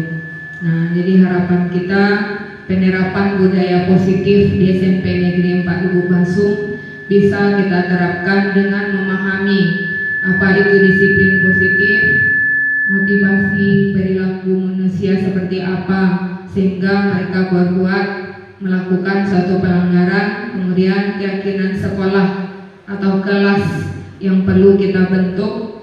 Kemudian kita juga perlu memahami 5 kebutuhan dasar manusia, kemudian posisi kontrol, restitusi, kemudian melakukan segitiga restitusi, langkah-langkah segitiga restitusi ketika peserta didik kita melakukan suatu pelanggaran. Jadi sebagai seorang guru yang baik harus memiliki kemampuan dalam mewujudkan budaya positif di sekolah. Jadi harapan kita ke depan, sekolah kita bisa menjadi sekolah yang menyenangkan, mampu menumbuhkan karakter peserta didik kita menjadi profil pelajar Pancasila. Mungkin itu pemaparan diseminasi budaya positif yang bisa saya sampaikan pada hari ini. Untuk berikutnya kami minta refleksi dari Bapak Ibu guru dari apa yang telah saya sampaikan tadi, apa yang perlu kita lakukan, apa yang perlu kita tingkatkan, dan apa yang perlu kita rubah. Terima kasih. Mohon maaf apabila ada salah kata. Saya di sini bukan maksud untuk menggurui Bapak Ibu semuanya. Saya hanya ingin berbagi dari apa yang telah saya dapatkan selama program pendidikan guru penggerak yang merubah mindset saya menjadi seorang guru yang biasanya sebagai penuntut itu dirubah ke berpikiran menuntut. Nah, menuntun peserta didik sesuai dengan kodrat alam dan kodrat zamannya. Terima kasih Bapak Ibu, mohon maaf apabila ada salah kata. Wabillahi taufiq wal hidayah. Assalamualaikum warahmatullahi wabarakatuh.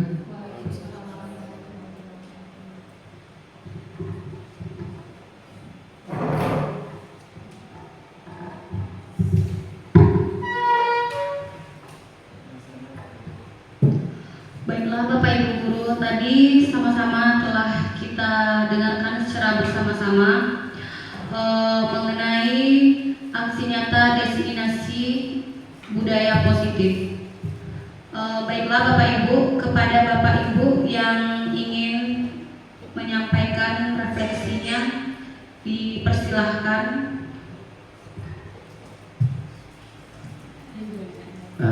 Baik, Assalamualaikum warahmatullahi wabarakatuh.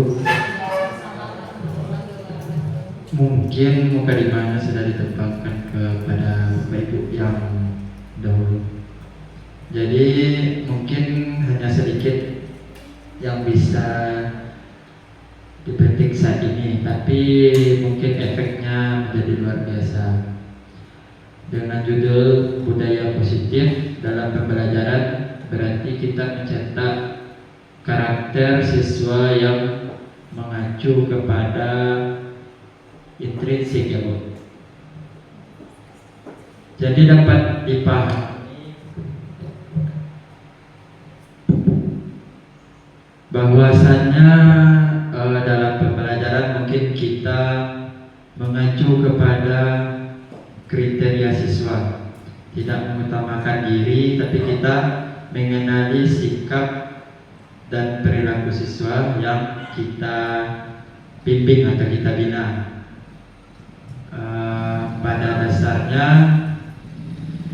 siswa tersebut jika kita keraskan mungkin dia mencetak siswa yang menjadi bandel atau yang tidak terarah. Tetapi akan sebaliknya jika kita mencetaknya sebagai siswa yang terdidik yang memiliki karakter, mungkin hasilnya dapat yang Ibu katakan tadi menurut Ki Hajar Dewantara. Apa yang kita tanam mungkin itu yang kita tuai dan sesuai dengan harapan kita bersama yang akan menjadi tongkat estafet di dunia pendidikan di kelak. Mungkin itu yang dapat saya petik. Akhir kata, Assalamualaikum warahmatullahi wabarakatuh.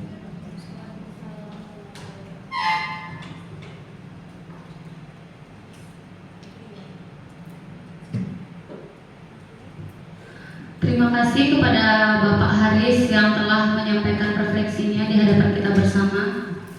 Selanjutnya refleksi yang akan disampaikan oleh Miss Monik kepada Miss dipersilahkan.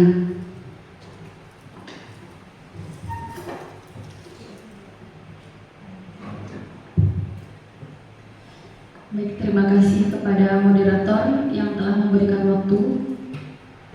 Di sini mungkin kita tidak mengikuti dari awal kegiatan diseminasi karena memang diseminasi kali ini dikhususkan kepada Bapak Ibu yang belum mengikuti diseminasi aksi nyata disiplin positif pada kegiatan pendidikan guru penggerak yang telah kita lalui pada angkatan 9 kemarin, agar pemahaman ini sama-sama kita dapatkan, begitu ya Ibu Dina.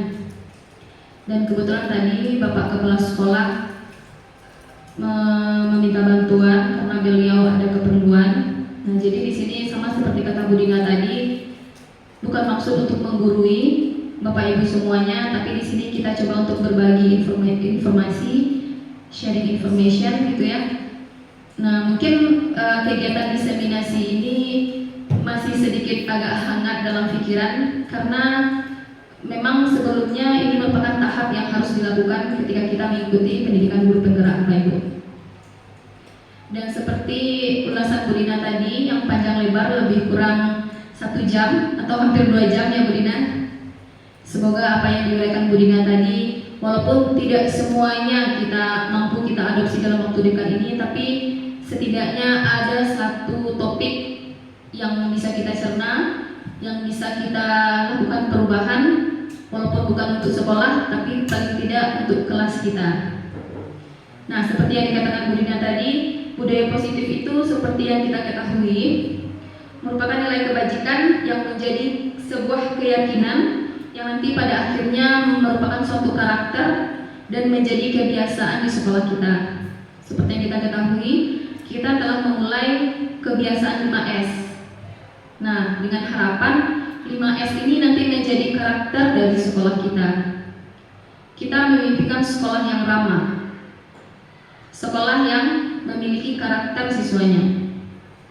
Benar seperti yang dikatakan Pak Haris tadi, yang paling utama adalah karakter siswa yang akan kita bentuk. Salah satunya dengan melakukan budaya positif ini. Kalau di lingkungan sekolah kita sudah tertanam budaya positif tadi, setidaknya dengan 5S, senyum, sapa, salam, sopan, dan santun. Nah, mungkin tidak akan ada lagi wajah ibu gurunya yang berkerut masuk ke dalam kelas. Ini benar ya Bapak Ibu? Nah, ketika di pagi hari siswa kita melihat ibu gurunya penuh dengan senyuman masuk ke kelas, nah yang sosial emosional siswa kita tadi yang awalnya berantakan di rumah, mungkin moodnya akan berubah menjadi lebih baik, dan semoga budaya ini akan selalu ada di lingkungan sekolah kita ini.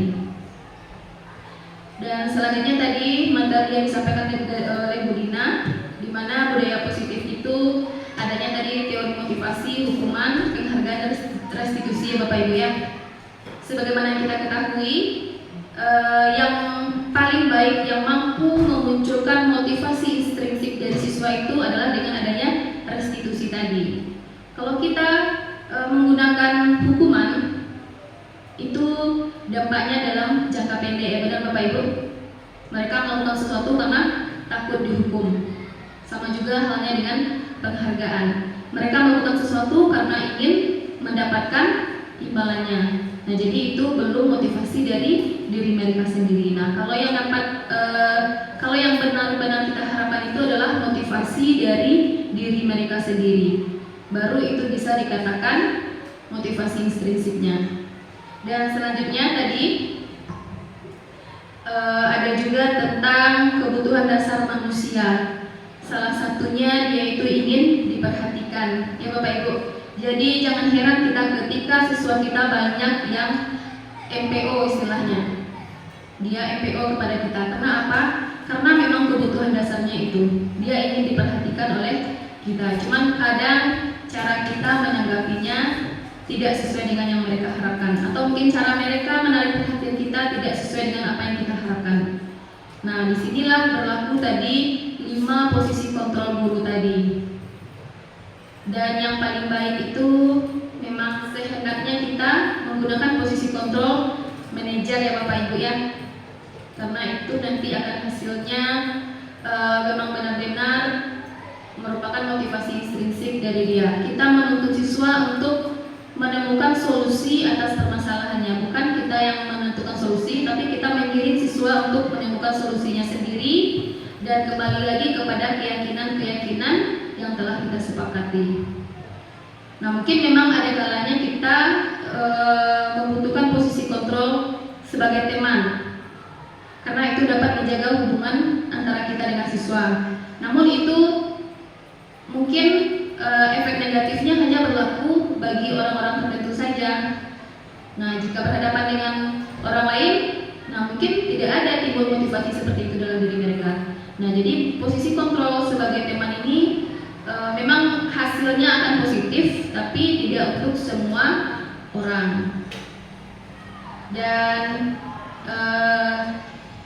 yang ini yang harus juga kita terapkan, salah satunya itu tentang praktik segitiga restitusi tadi Bapak Ibu.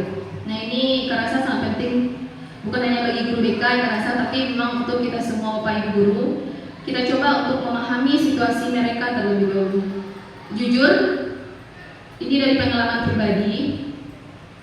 Ketika menyelesaikan masalah siswa, pasti kita akan mendengar dulu nih apa masalahnya, siapa yang salah. Dan terkadang kita juga terpancing emosi dan langsung menyalahkan siswa tadi tanpa mendengarkan penjelasan dulu terlebih dahulu. Nah, disinilah sangat penting untuk menstabilkan identitasnya tadi, seperti yang Bapak Ibu saksikan di video. Ketika marahnya sedang memuncak, identitasnya distabilkan. Berbuat salah itu tidak apa-apa. Ibu juga waktu kecil pernah berbuat salah. Tidak ada manusia yang tidak pernah melakukan suatu kesalahan. Nah, jadi kita stabilkan identitasnya yang tadi amarahnya sedang memuncak. Nah, mungkin dia bisa lebih bersabar. Lalu kita validasi tindakannya yang salah tadi. Istilahnya kita validasi tindakannya salah itu, kita bukan membenarkan tindakannya, tapi untung saja dia tidak melakukan hal yang lebih buruk dari ini gitu ya. Wajar kalau kamu merasa begitu. Jika ibu di posisi kamu, mungkin ibu juga akan merasa seperti itu. Nah, jadi seolah-olah dia itu ada dia itu melihat kita itu berada di pihaknya. Nah, setelah itu kita tanyakan keyakinannya. Apakah tindakannya itu sudah sesuai dengan nilai-nilai yang kita yakini. Nah, jadi dia akan secara sendiri, akan secara sadar memahami bahwa tindakan yang dilakukannya itu adalah salah tanpa kita mengklaim dia bahwa itu salah gitu.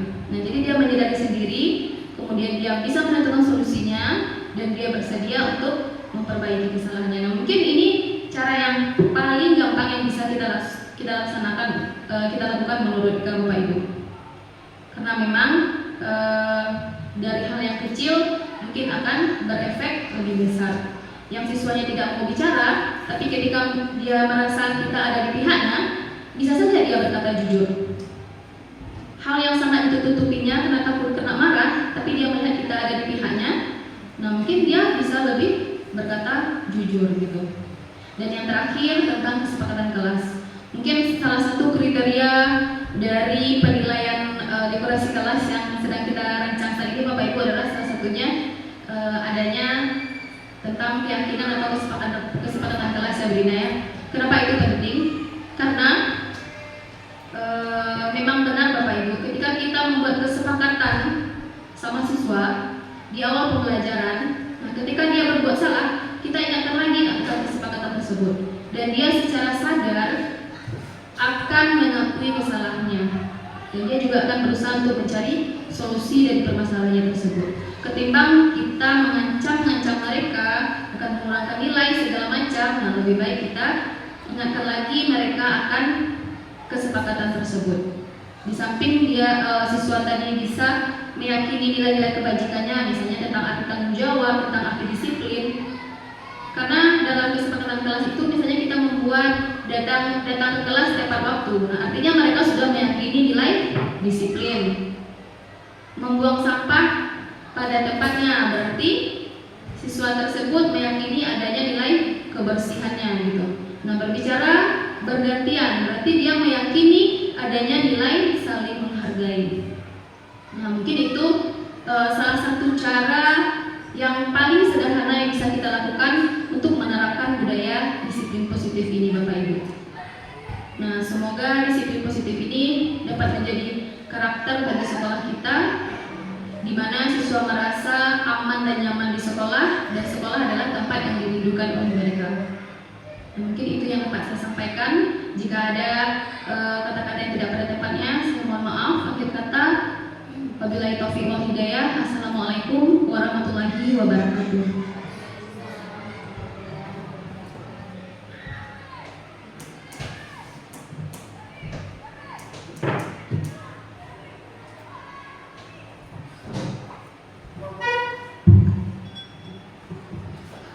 Baiklah Bapak Ibu, telah sama-sama kita dengarkan refleksi dari Miss secara jelas.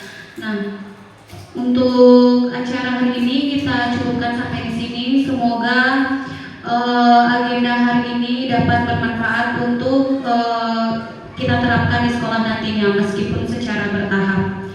Baiklah Bapak Ibu, saya sebagai moderator minta maaf apabila ada salah kata.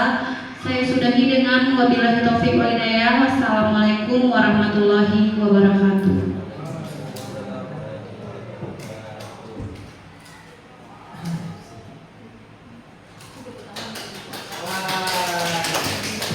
Nah, Bapak Ibu, seperti yang bisa ini kita terapkan juga, Bapak Ibu bagikan di kelas juga, nanti bisa kita berbanyak. Nah, untuk sekarang silakan Bapak Ibu yang mengisi dulu. Nanti akan direfleksi oleh kepala sekolah jika ada kebutuhan dasar yang memang belum terpenuhi dari perbuatan yang Bapak Ibu lakukan. Silakan Bapak Ibu, mohon bantuannya dibagikan nih.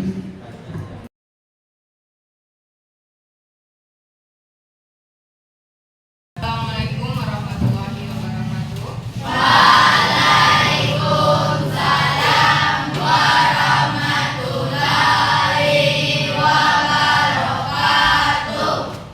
Selamat pagi anak ibu semuanya. Pagi Bu.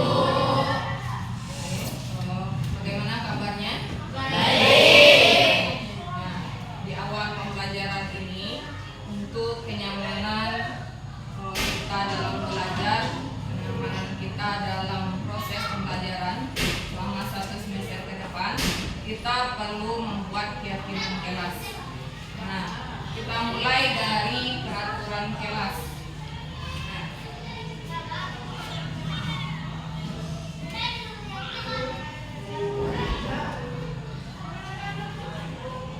peraturan kelas ini biasanya sudah sepakati dengan teman-temannya aturan yang ada dalam kelas. Jadi anak-anak ibu masing-masingnya nanti membuat apa saja peraturan yang ada di kelas ini. Nah, nanti dituliskan dalam kertas stick note ini.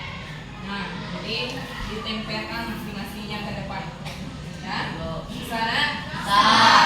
Oke, kita mulai.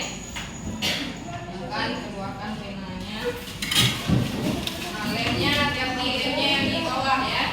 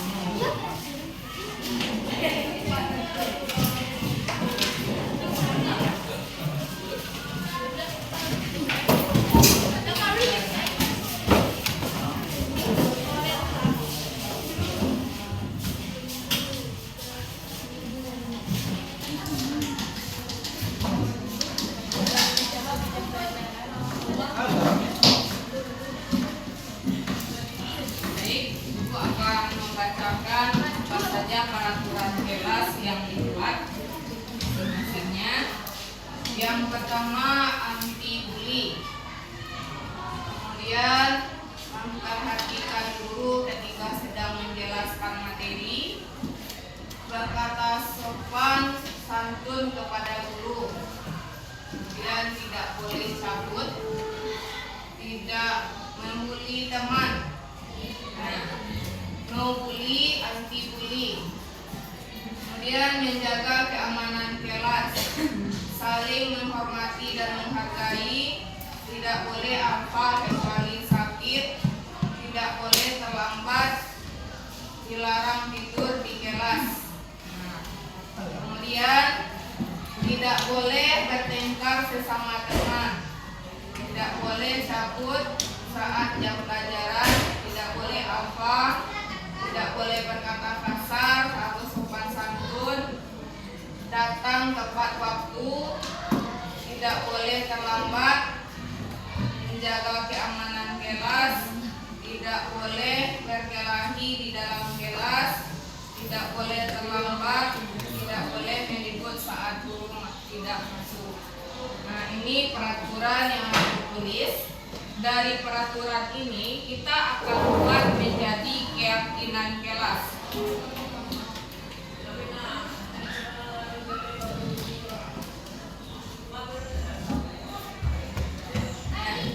Keyakinan kelas itu harus positif ya. Nah, dengan kalimat yang positif. Kalimat yang positif itu maksudnya kalimat yang tidak ada kata-kata tidak boleh, tidak itu, tidak terlambat, tidak ini. Nah, kita jadikan dia kalimat positif. Contoh yang pertama tadi, tidak boleh terlambat. Nah, tidak boleh terlambat di situ kan.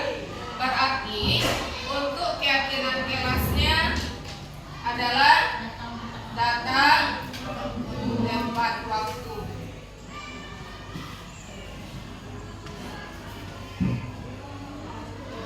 Nah, kemudian yang kedua, tidak boleh berkelahi di dalam kelas. Nah, kenapa terjadi perkelahian? Karena tidak saling menghargai, menghormati. Nah, berarti untuk tidak berkelahi, kemudian menjaga keamanan kelas, kemudian tidak boleh meribut, itu bisa kita buat satu, samakan keyakinannya. Berarti apa? Menjaga keamanan kelas.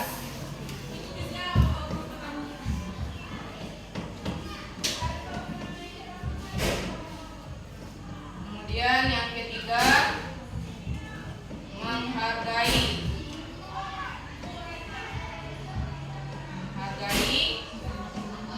teman. Nah, kemudian tadi ada tidak berkata kasar. Nah, tidak berkata kasar berarti kita juga menghargai teman. Nah, berarti kita harus bersikap positif. Nah, bersikap positif, tidak berkata kasar, kemudian menerapkan 5S.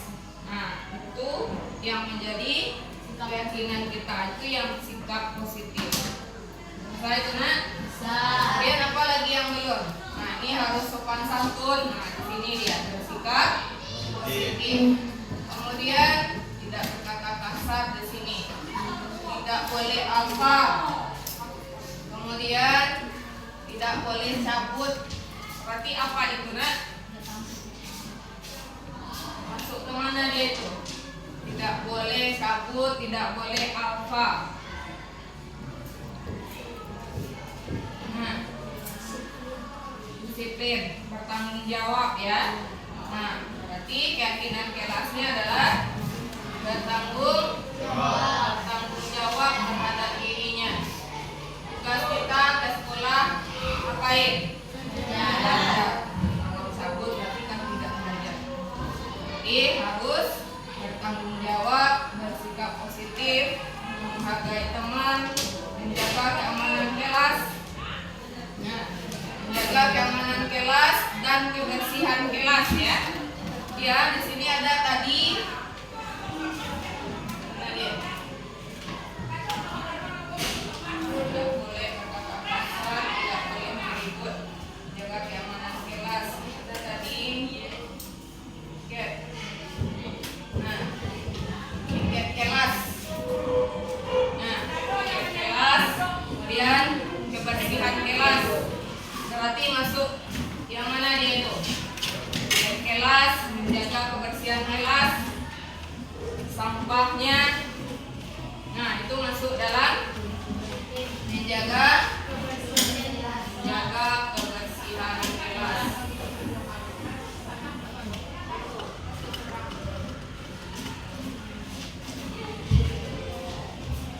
Nah, jadi dari yang ibu tulis tadi bisa kita rangkum dalam keyakinan kelas. Ada 6, datang tepat waktu, menghargai teman, bersikap positif, bertanggung jawab, kemudian menjaga kebersihan kelas. Nah, apakah dari yang keenam ini anak ibu yakin? Ya, yakin untuk melaksanakannya? Yakin untuk melaksanakannya? Nah, jadi kalau anak ibu sudah yakin untuk melaksanakan keyakinan kelas ini, nah kelas kita akan aman, nyaman untuk belajar. Nah, jadi ibu harapkan ini benar-benar diterapkan. Kalau nanti ada pelanggaran, kita akan ingat kembali bagaimana keyakinan kelas yang kita buat. Jadi semuanya yakin untuk kesepakatan kelas atau keyakinan kelas kita? Yakin. Nah, jadi dengan keyakinan ini semoga kita